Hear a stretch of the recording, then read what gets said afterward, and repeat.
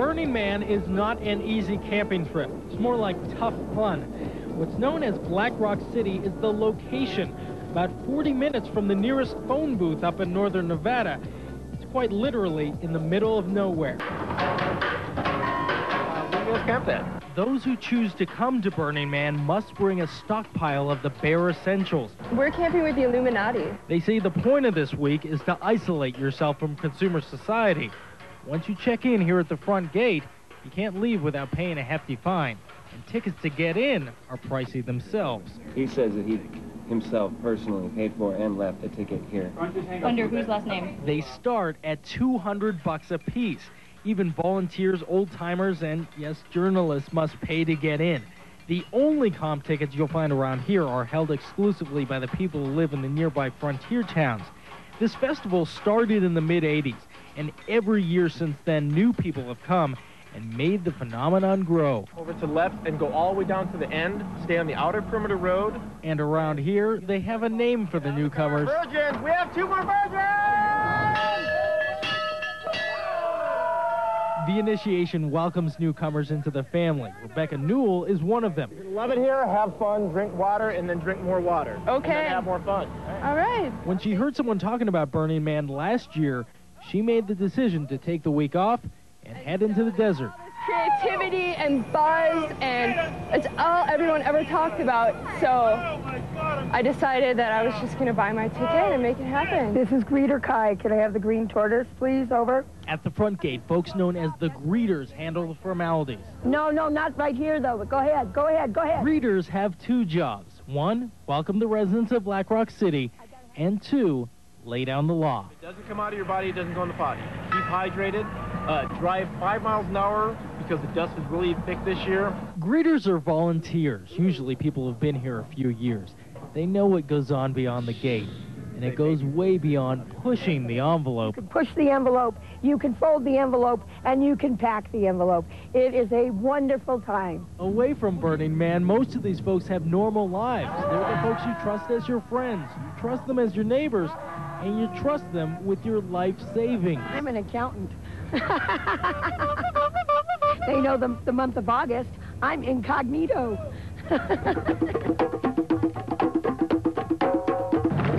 As you move inside, you'll find a world that's a mix of Carnival, Mad Max, and Woodstock in a blender. Thousands of men and women come here from all over the world to let go of their inhibitions for a week. Some no longer feel the need to wear clothes here in Black Rock City. Why go naked? Well, just flag down the nearest bearded lady on a bike and ask her. I'm not naked.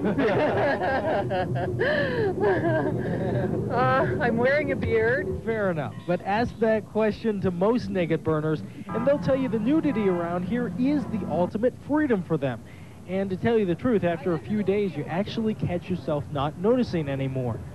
Well, maybe for a few seconds at least. You know, there's not very many places in the world that you can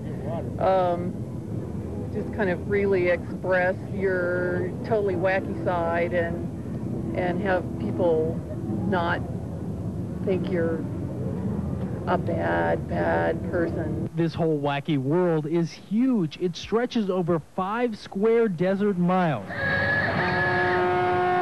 It is so big, they need temporary roadways to get around. The semicircular roadways are dominated by art cars, constantly on parade.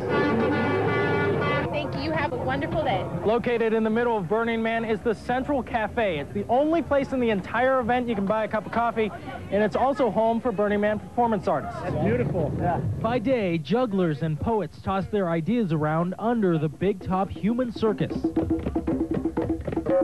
In here, the tribal drum beats send a stranger into an impromptu dance.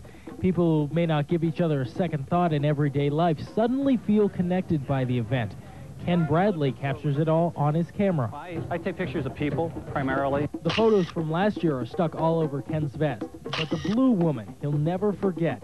For Ken, her face explained it all. Burning Man to me is freedom. The freedom to do, you know, and be anything that you want to be. And that's what she was. And that one picture was something that was totally unexpected and exactly what I wanted out of this experience. Outside the tent, the streets are filling up. Night is is falling fast. Now the daytime sizzles, but the nights are really hot. This is Burning Man nightlife. It might as well be a million miles from civilization. A temporary city in the middle of the desert. Fire keeps the parties going all night long. Some parties are literally rolling raves, stopping only to pick up a stranger. And anything means everything. Follow a distant drumbeat and you may find yourself somewhere like this. People who come here to capture Burning Man on film and video can't believe their eyes. It's like nothing else in the world. That's why the people who come here will do anything to get to the middle of nowhere. Like Molly, for example. She rode her bike here from Boston to Nevada. The original idea was to visit a bunch of people across the country, but really we ended up seeing the entire country, and it was more of a learning experience than I ever could have thought. They say it's much more than just naked people dancing in the desert. Yes, there's plenty of that, but that won't bring you 3,000 miles on your bike. People come here to experience the interaction with each other. It's a kind of interaction that just doesn't happen within the walls of everyday life. It's like being a child again. Yeah. It's so cool. It's Halloween, a week's worth of Halloween. You see it on TV, it looks like a bunch of people dancing around a fire. What you don't see is the incredible goodwill that everyone has toward each other. That being said, most people at Burning Man will admit that this kind of world would never fly if it happened every day. No, you wouldn't appreciate it as much. Maybe you would appreciate then the work and the organized culture, society and the noise. I don't know. I mean, yeah, I do think you do appreciate this a lot more because of the fact that life is so vastly different. Walk away from the fire dance and the party becomes vastly different. Does this remind you of something you saw in the 80s? How about Mad Max? They've actually recreated the Thunderdome from the 1985 Mel Gibson classic. The dome is crawling with screaming fans as they watch their friends become bitter enemies. Strapped to the dome, club in hand, ready to fight. Beyond Thunderdome lies the domain of a man who calls himself Dr. Megavolt. Akin to Dr. Frankenstein, Megavolt's madness lies in something called a Tesla coil.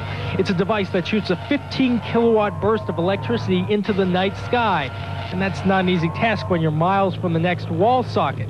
Megavolt started trucking his generator here back in 1998. Now he is a staple of Burning Man nightlife. One of the brightest images you walk away with. This is the desert, but it's also the middle of summer in the desert. No matter how much water you bring with you, it's not going to stay cold for long.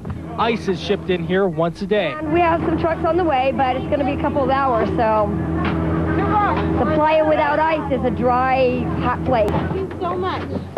Ice is one of the only items you can buy here, but the line is long. We're out of block. How long have you guys been in line? Oh, just about 5 minutes. Oh, that's it? That's not bad. We left here this morning before it started. It was back at the, all the way back at the tent before they opened. I was wondering how long it was going to take for this to... They're getting low right now. They said they've got everybody grabbing a minimum. Oh, are they really? Decent amount of bags you can get by with. Are they bringing more ice in then? Or? Yeah, they said about 2-3 hours. Before they get in? Oh, man. I hope you get there. Molten Joe is a Black Rock Ranger. Rangers aren't the law around here, but they are authority figures. We're here to facilitate. We're just here to help. You know, giving people directions, answering questions about what the rules are. But no, there's law enforcement out here. The BLM is the Federal Bureau of Land Management. They're federal agents. They have people combing the desert out here. But unlike the feds, Black Rock Rangers do this for free. I do volunteer work. I like doing volunteer work, and it's fun to contribute. You know, I want to be a part of it and contribute. The volunteerism comes in different forms. Ranger Molten Joe is a trial attorney back in Texas. Here, he's someone completely different. I mean, they're contributing music. We're just contributing our time and talents. It's Joe's job to make sure everyone's okay. How you boys doing? To make sure they can survive these vicious desert days. You're making it? Out here, the comforts are few and far between. If you're smart, you read every bit of information you can find about it. But when you're out here, you look at this, there's no way to describe this. With all the people surrounding you, it's easy to take survival for granted. And then one morning you wake up to this. You are reminded that we are, in fact, in a no man's land. It is a desert alkaline storm filled with dust that gets into absolutely everything. Here's where your engineering skills could mean everything, and some structures are stronger than others. But is this working for you? Yeah, pretty much, except for the wind. It kind of fell down right now. Eventually, their tent did fall down. Another one literally bites the dust. The storm ends just long enough, I think I got it. to prepare for the next. Keep pulling, man. Folks here will tell you this is hippie ingenuity at its best. If the wind doesn't pick up over about 10 miles an hour, we should be all right. And some are better engineers than others. Shane, dude, what happened? The wind picked up over 10 miles an hour. That was a 12-mile-per-hour gust. Cutting through the howling storms, you can always hear the sound of work.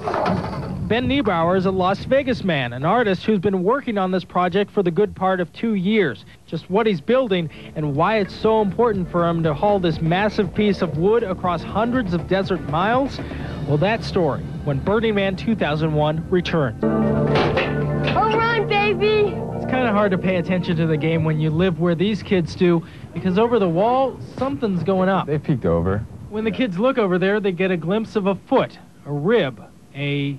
They're building a person. 2 people to be exact, forged from burlap, chicken wire, and wood. I was going for like passage of time, from like skin to muscle to bone. Ben Niebauer has been working on this project for about 2 years, and it is almost done. There is only one more finishing touch. Just getting this head on. He told me that he was gonna burn it. That's right. Minutes after the man burns, Ben will baptize his own artwork in flame. It's just radical self-expression. You express yourself every day in how you dress or how you talk or what you do. But out there, it's just to the 1000th degree. To build these wooden giants, Ben studied anatomy books and used a computer to create curves from right angles. The heads what actually took me the longest time because it's just so many pieces of wood to get the angle of them. Once the final product reaches Burning Man, only a beam of light will connect the man and woman together, their hands just out of reach. And when the time is right, an all-consuming fire will be their final nexus. Both of these together, it's going to be like 60 feet long, 10 feet high flame. It's going to be amazing. A few days later, we ran into Ben on the outskirts of Black Rock City.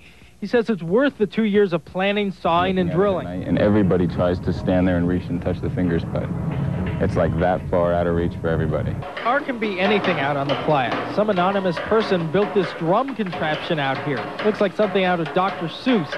As you walk by, you're kind of sucked in by the irresistible urge to join in this junkyard band.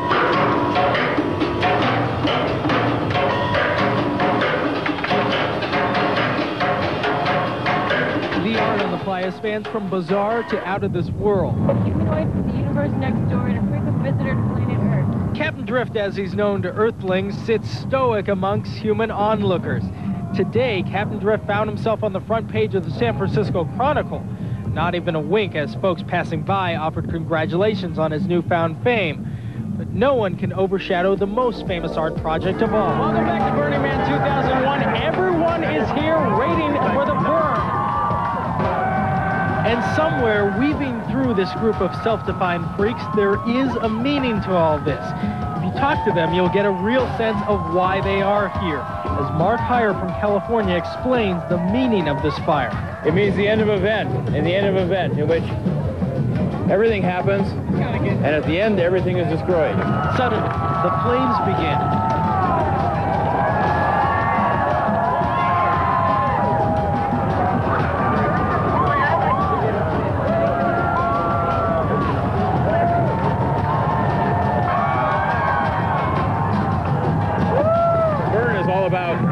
Burning the boundaries between us as people.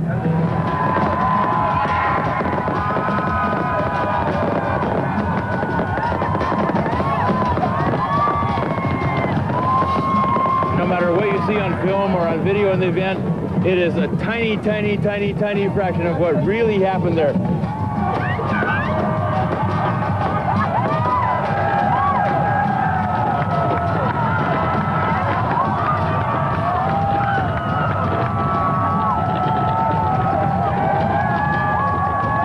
Just significance of transformation. You know, whatever it is in your life that needs transforming, it goes up in flames with the burn. And just to be here and be here with all of my brothers and sisters who are just expressing themselves from their heart in whatever way they want to, it's fabulous.